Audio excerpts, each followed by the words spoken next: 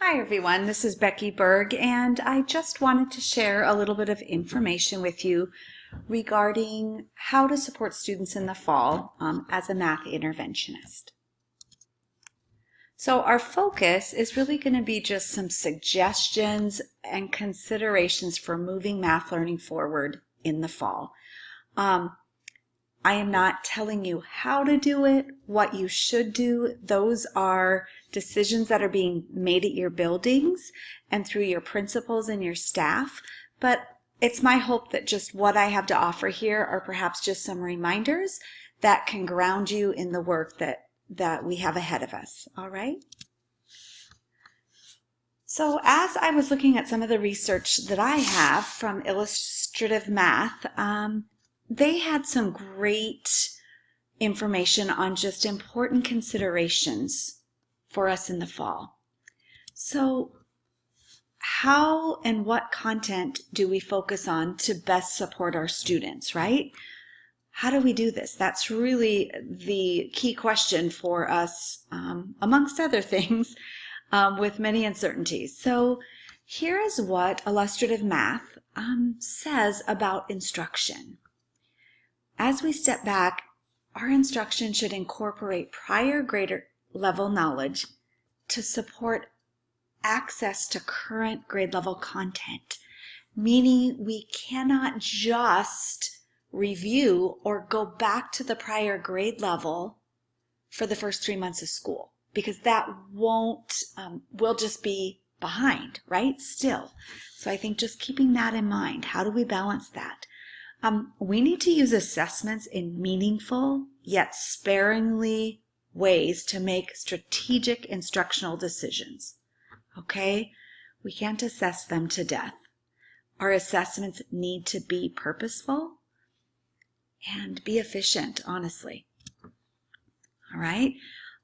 Instruction should integrate ongoing practice and review into teaching that current grade level content. Okay? So knowing the progressions and thinking about perhaps and seeing what they missed, but yet where we are in a particular grade level. How do we kind of kill two birds with one stone, right? Without just going back to prior grade level knowledge.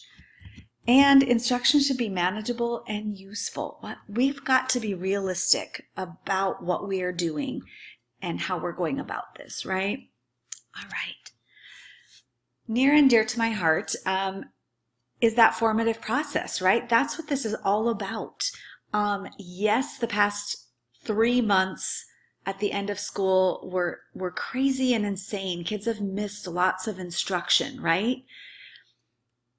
We have to be grounded in this formative process, all right? Dylan Williams says when teachers do this process effectively, students learn at roughly double the rate. Okay, we're going to need that more than ever. So we need to make sure we're clear on what it is we want kids to know and do. How are we going to get some information on where they are in their learning, right? Elicit that evidence. Once we get some evidence, we got to interpret it. Let's take a look at it. What is it they have and where do we need to start? And then we just need to start, right? Using our resources to help them with those gaps that they have or to move them forward from where they are. All right? So keep that formative process in mind. And then remember, this is kind of review for what we talked about when we did that initial interventionist training is effective is effective is effective, right? So when we're working with kids, it's going to feel like we just need to cover, right? Let's just assign and cover.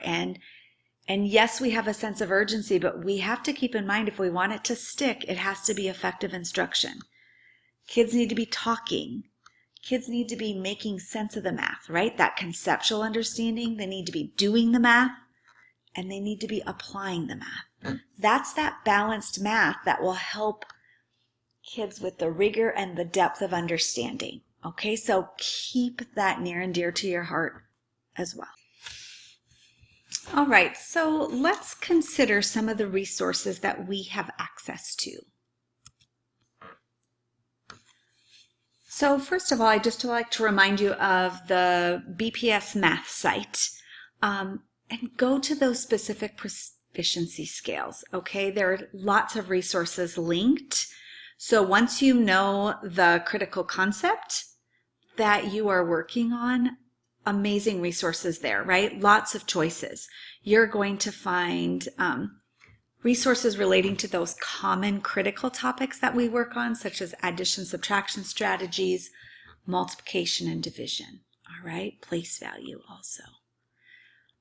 Things that I really like within those resources, when I think of interventionists, that Add Subtract K5 strategies packet you'll see listed.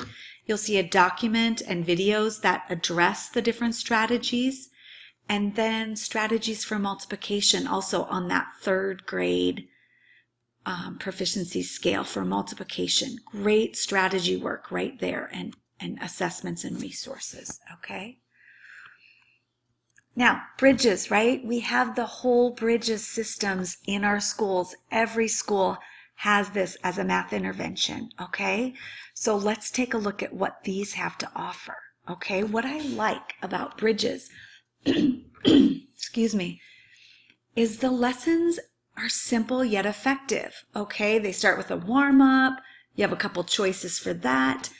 There's activity, and then there's a short practice for kiddos, all right? Very timely, well designed, okay?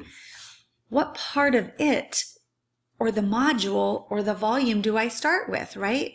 Which lesson do I use first? That's when that placement assessment is going to help you determine that.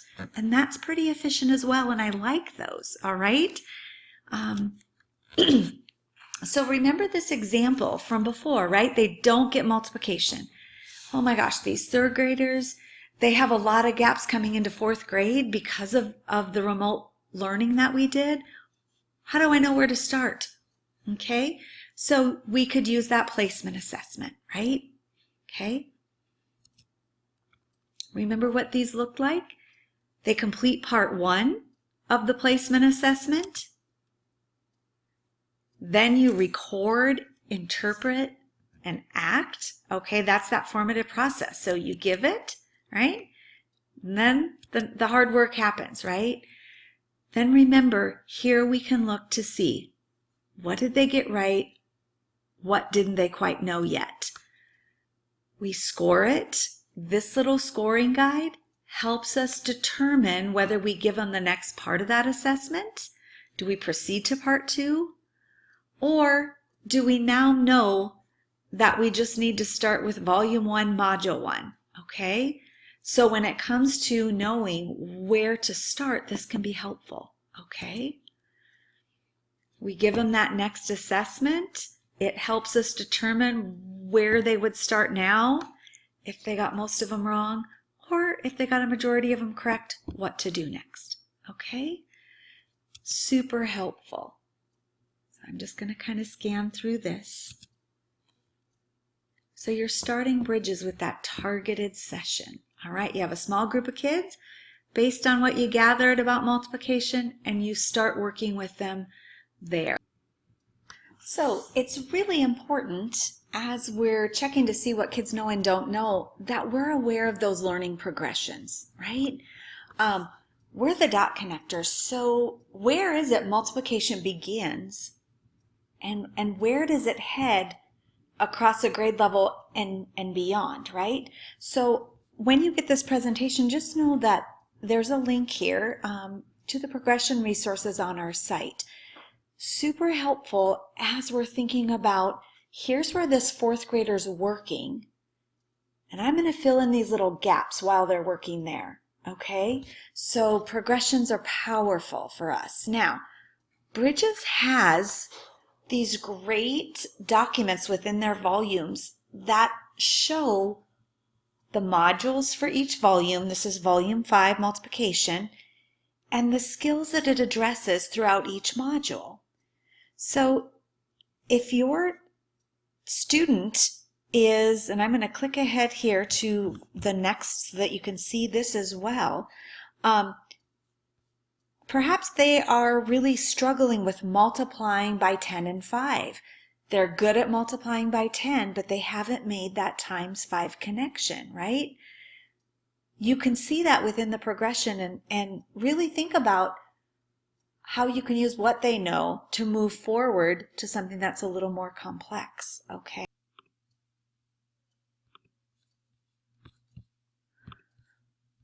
All right, so I just want to give you a look at the Bridges online, right? You have the volumes, but just a reminder that by going to bridges.mathlearningcenter.org, you have access to all of the volumes right here.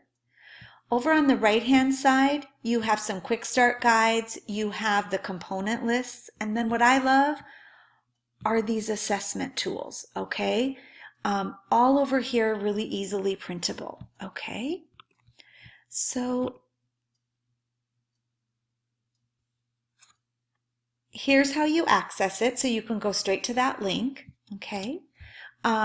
If you don't have an account, you'll be able to click on this link within the presentation and you can set up an account, or for right now, if you don't have that account, you can use that username and password listed there, okay?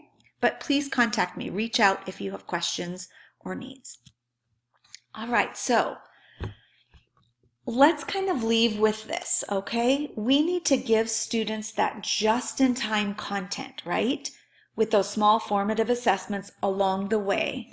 This offers us and our teachers, right, you, the opportunity to build on what students know while still moving forward with that grade level material, okay? Hey, if you're working with second graders, you do a quick little formative check to see if they know pairs of 10, because you know that's critical, and the teachers perhaps have said, this is what we need. It's a small nugget, a gap that's missing. So you pull out those students, you work with them while they're still moving on to that grade level content. All right, another example might be you're working on 2-digit addition, but they don't know place value. Well, guess what? One of the strategies for 2-digit addition is place value strategy, breaking apart those numbers by place value. So do you see how you could still work on grade level content while filling in those gaps? All right, so just know I'm here to support you in whatever way that might look like. You, your staff, your school, just let me know. And here is the link to the presentation, as well as that link to the Bridges site once again. And thanks again for all you do. Take care.